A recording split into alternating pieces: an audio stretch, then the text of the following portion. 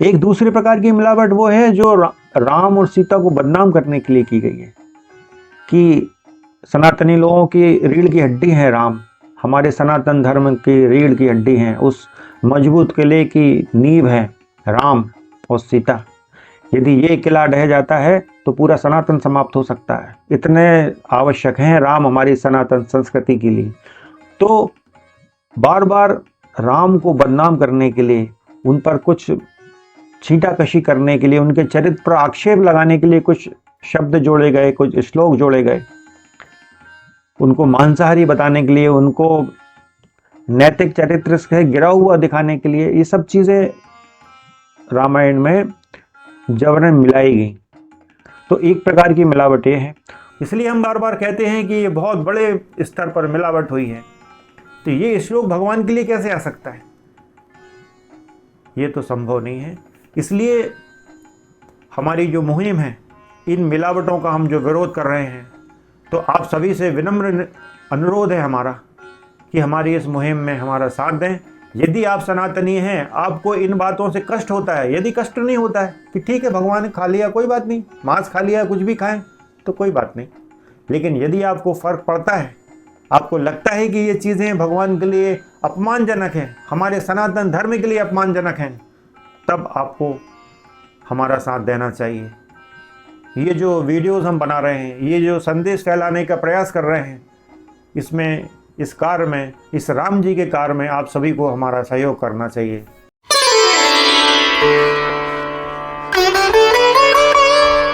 मित्रों नमस्कार, हमारा नाम है हर्ष तिवारी और आध्यात्म जगत के इस चैनल रामायण बाय हर्ष तिवारी में हम आपका बहुत बहुत स्वागत करते हैं। मित्रों, जैसा कि अभी कुछ वीडियो से चर्चा चल रही थी कि रामायण में मिलावट की गई है, तो क्या मिलावट की गई है, कैसे मिलावट की गई है, क्यों मिलावट की गई है, इन सब बातों पर चर्चा हो रही है, आगे भी की जाएगी। तो आज का विषय हम ये लेकर आए हैं कि या तो ये मान लिया जाए कि मिलावट नहीं हुई है। बहुत से लोग हमसे बहस करते हैं कि अरे तुम जबरन बोलते हो, कोई मिलावट नहीं हुई है। लेकिन हम कहते हैं कि मिलावट हुई है और बहुत बड़े पैमाने पर मिलावट हुई है। तो अब केवल कह देने से तो कुछ होगा नहीं, इस बात को सिद्ध भी किया जाए। तो अब यहाँ शुरुआत कैसे की जाए? तो शुरुआत ऐसे करते हैं कि पता कैसे चले कि मिलावट क्या है। कैसे हमको पता लगेगा कि मिलावट किसी श्लोक में, किसी सर्ग में, सर्ग यानी अध्याय, चैप्टर, किसी सर्ग में मिलावट है, कैसे पता लगाएं? ऐसा कौन सा तरीका है जिससे हम पता लगा सकते हैं कि किसी सर्ग में, किसी श्लोक में मिलावट हुई है? तो हम दावे के साथ कह सकते हैं कि इसी महान ग्रंथ रामायण में ही वो कसौटी दी गई है जिस पर परख कर पता चल सकता है कि वो श्लोक, वो सर्ग, वो चैप्टर मिलावटी है अथवा नहीं। यदि वाल्मीकि जी ने उसको लिखा है तो वो उसको कैसा होना चाहिए, और यदि मिलावट है तो कैसे पता लगेगा, हम आपको आगे बताएंगे। अब ये देखें कि कितने प्रकार की मिलावट हो सकती है। तो मित्रों, मिलावट जो हुई है वो 2-3 प्रकार की हुई है। एक तो मिलावट ऐसी हुई है कि जो सनातनी लोगों ने की है कि रामायण के कुछ श्लोक उनको ऐसा लगा कि ये इनमें पूर्णता दिए जाना चाहिए, पूरा सब्जेक्ट नहीं आ रहा है, तो उनने अपनी तरफ से श्लोक बनाकर उसमें लिख दिए। कुछ पौराणिक कथाएं इसमें लिख दी, पौराणिक कथाओं का प्रवेश करा दिया। तो अब मिलावट तो ये भी है क्योंकि मौलिकता तो नष्ट हुई ना। जो चीज़ वाल्मीकि जी ने नहीं लिखी, यदि कोई दूसरा व्यक्ति उसको उनके नाम से लिखता है तो मौलिकता तो नष्ट होती है। एक दूसरे प्रकार की मिलावट वो है जो राम और सीता को बदनाम करने के लिए की गई है कि सनातनी लोगों की रीढ़ की हड्डी है राम, हमारे सनातन धर्म की रीढ़ की हड्डी है, उस मजबूत किले की नींव है राम और सीता। यदि ये किला ढह जाता है तो पूरा सनातन समाप्त हो सकता है। इतने आवश्यक हैं राम हमारी सनातन संस्कृति के लिए। तो बार बार राम को बदनाम करने के लिए, उन पर कुछ छींटाकशी करने के लिए, उनके चरित्र पर आक्षेप लगाने के लिए कुछ शब्द जोड़े गए, कुछ श्लोक जोड़े गए, उनको मांसाहारी बताने के लिए, उनको नैतिक चरित्र से गिरा हुआ दिखाने के लिए, ये सब चीज़ें रामायण में जबरन मिलाई गई। तो एक प्रकार की मिलावट ये है। मित्रगण, ये प्रसंग उस समय का है जब भगवान श्री राम ने सुमंत को अयोध्या के लिए भेज दिया है। उनसे कहा कि भैया आप अयोध्या चले जाओ। थोड़ी देर बाद भगवान श्री राम और लक्ष्मण जी को भूख लगती है, माता सीता को भी भूख लगती है। तो इन लोगों का मन होता है कि शिकार खेला जाए। तो वन में जाकर ये लोग शिकार खेलते हैं और 4 मृग मारते हैं। मृग यानी जंगली पशु। ये 4 जंगली पशुओं को मारते हैं, जिसमें 1-2 हिरण होते हैं चीतल टाइप के, और एक जंगली सुअर होता है बराह।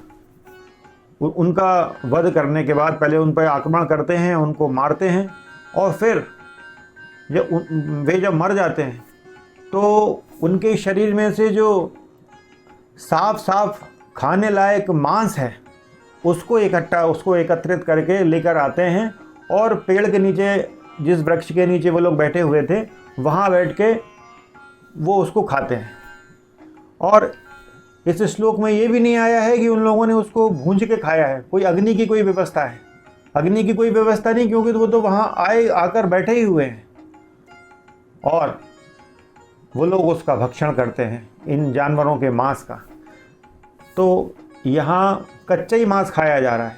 ये श्लोक आता है अयोध्या कांड के 52वें सर्ग में, 102 नंबर का श्लोक है। इसमें भूंज कर भी अग्नि की कोई व्यवस्था नहीं है, कच्चा मांस खाया जा रहा है भगवान द्वारा। अब ऐसी शब्दावली का प्रयोग राक्षसों के लिए भगवान ने किया है। माता सीता ने और श्री राम स्वयं ने उनको पिशीताशन कहा है बार बार, ताड़का के लिए, मारीच और सुबाहु के लिए, और अन्य जो राक्षसगण हैं उनके लिए इस प्रकार की शब्दावली का प्रयोग किया गया है। तो यहाँ इसलिए हम बार बार कहते हैं कि ये बहुत बड़े स्तर पर मिलावट हुई है। तो ये श्लोक भगवान के लिए कैसे आ सकता है? ये तो संभव नहीं है। और एक प्रकार की मिलावट मित्रों ये है कि ये दिखाया जाए कि ये तो एक काल्पनिक ग्रंथ है, ये कोई वास्तविक घटना नहीं है। वानरों की सेना में इतनी बड़ी बड़ी संख्याएं लिख दो, खरबों की, ताकि पढ़ने वाले को लगे कि अरे ये तो काल्पनिक ग्रंथ है, इसमें कोई दम नहीं है। तो इस तरीके से बड़े बुद्धिमानी लगाकर इन मिलावटों को किया गया है, और इनको समझ पाना थोड़ा कठिन तो है, लेकिन समझा जा सकता है, इस षड्यंत्र को जाना जा सकता है। अनेक श्लोक ऐसे भी आते हैं जिसमें माता सीता के सौंदर्य का वर्णन यदि हो रहा है, तो उसको सौंदर्य का चित्रण इतने गलत तरीके से किया गया है कि पढ़ने वाले को कष्ट हो, ताकि लोग इस रामायण से दूर हो जाएं। क्यों रामचरितमानस इतनी प्रसिद्ध हो गई? क्योंकि यदि आप वाल्मीकि रामायण पढ़ेंगे तो उसमें बीच बीच में ऐसे प्रसंग आएंगे कि आपको कष्ट देंगे। भगवान राम के प्रति उसमें बहुत सी चीज़ें ऐसी हैं कि आपको कष्ट होगा। माता सीता के सौंदर्य के विषय में यदि कोई अभद्र टिप्पणी होगी तो आप कैसे पढ़ पाएंगे? आपको तकलीफ होगी, आपको कष्ट होगा। उसी कष्ट को बार बार देने के लिए वो सब मिलावट की गई है, ताकि लोग इस चुंबकीय ग्रंथ से दूर हो जाएं। रामायण एक ग्रंथ नहीं है, चुंबक है। उससे कोई चिपक जाता है तो निकलना इतना आसान नहीं है। वो इतना शक्तिशाली ग्रंथ है, इतना शक्तिशाली चुंबक है वाल्मीकि रामायण। इसलिए उस चुंबक से लोगों को दूर करने के लिए उसमें ऐसी मिलावट की गई कि ताकि लोगों को पढ़ने में कष्ट हो, कि जब सीता जी के सौंदर्य का चित्रण हो तो लोगों को थोड़ा शर्मिंदगी महसूस हो। तो ऐसा अनेक स्थानों पर आया है, किष्किंधा कांड में भी आया है, सुंदर कांड में भी है, अनेक स्थानों पर है। आप लोग जब उसको पढ़ेंगे तो आपको कष्ट होगा। और आगे जब हम ये सब चर्चा करेंगे तो हम ये विषय बोल नहीं सकते, क्योंकि माता के विषय में कुछ अपवित्र शब्दों का प्रयोग हमारी जिह्वा से तो नहीं होगा, और शायद आप लोग भी सुनना पसंद नहीं करेंगे। लेकिन ये मिलावट है। हम आपको वो सर्ग और श्लोकों की तरफ इशारा कर देंगे, ताकि आप पढ़ना चाहें तो आप पढ़ सकते हैं। लेकिन ये मिलावट हमारी रामायण में की गई है। तो हमारे शत्रु, जो सनातन शत्रु हैं, सनातन धर्म के शत्रु हैं, उन लोगों ने ये मिलावट की है। मित्रों, इस मिलावट को दूर कराना है। आप लोग हमारी इस मुहिम में हमारा साथ दीजिए और साथ देना होगा, नहीं तो ये 2000 साल, 2500 साल से मिलावट चल रही है, आगे भी न जाने कब तक चलती रहेगी, क्योंकि लोग वाल्मीकि रामायण पढ़ते नहीं है और हमारे शत्रुओं को ये सब मिलावटें बार बार अवसर देती हैं हम लोगों पर प्रहार करने के लिए, क्योंकि इसमें ये सब लिखा हुआ है। जब तक ये मिटाया नहीं जाएगा हम लोगों को बार बार शर्मिंदा होना पड़ेगा। और ये मिलावट कोई मामूली मत समझिए, ये हमारे सनातनियों के चेहरे पर कालिक जैसी पुती हुई है।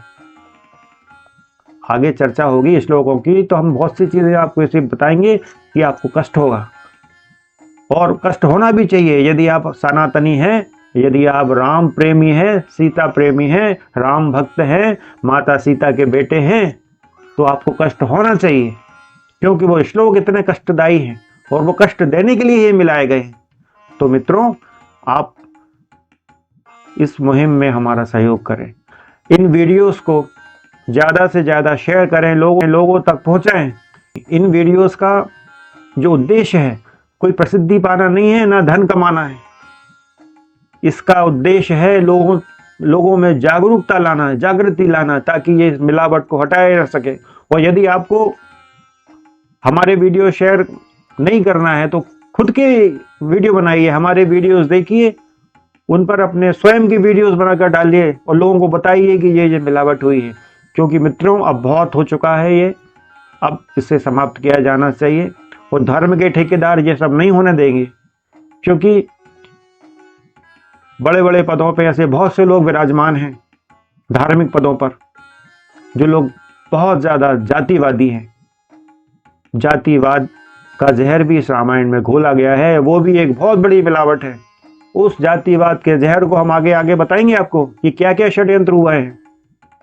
हम लोगों के आपस में लड़ाने के लिए, सनातन को तोड़ने के लिए सारे षड्यंत्र किए गए हैं। हम सिद्ध करेंगे आपके सामने, आप लोग समझ जाएंगे कि ये क्या हुआ है।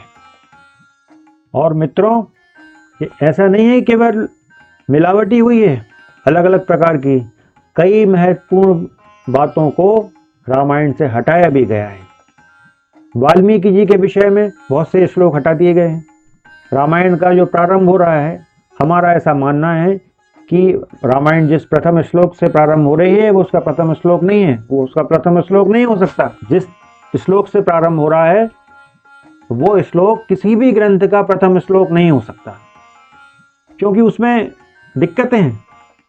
वाल्मीकि जी के विषय में बहुत सारे महत्वपूर्ण श्लोक हटा दिए गए ताकि वाल्मीकि जी की जो कथा है, वास्तविक कथा सामने ना आ सके। माता सीता के जन्म के विषय की बात छिपा दी गई। इतनी बड़ी घटना घटी इस पृथ्वी पर, माता सीता का प्राकट्य, इतनी बड़ी घटना को छिपा दिया गया है इस षड्यंत्र के माध्यम से। तो केवल मिलावट ही नहीं हुई है, बहुत सी बातों को हटाया भी गया है। तो ये भी अपने आप में है तो गलत, इससे मौलिकता तो प्रभावित होती है और बहुत से महत्वपूर्ण विषयों से, उनको जानने से हम लोग अनेक महत्वपूर्ण जानकारियों से हम लोग वंचित रह जाएं। ताकि हम लोगों को जानकारी नहीं होगी तो इनके षड्यंत्र राज करेंगे। हो ही रहा है 2500 साल से कि हमारी रामायण में न जाने क्या क्या मिला दिया गया। अब हम लोग आपस में लड़ते रहें। बहुत बड़े बड़े षड्यंत्र कर दिए, बड़े बड़े विद्वान उन षड्यंत्रों को सही बताने में लगे हुए हैं। उनकी हिम्मत ये बोलने की नहीं हो रही है कि भैया ये मिलावट है। क्यों? हम लोग अपनी इस क्षुद्र बुद्धि से बाहर नहीं निकल पा रहे हैं। हम लोग क्यों इतने जातिवाद में फंसे हुए हैं कि वास्तविकता को नहीं देख पा रहे हैं कि रामायण और राम, इसमें जातिवाद के लिए तो कोई स्थान है ही नहीं। भगवान राम का चरित्र जो है उसमें जातिवाद शब्द जैसी संकीर्णता तो हो ही नहीं सकती, क्योंकि राम एक आदर्श पुरुष हैं। वो सभी के लिए राम है, सभी के लिए भगवान है। उसमें ना कोई छोटा है रामायण में, ना कोई बड़ा है।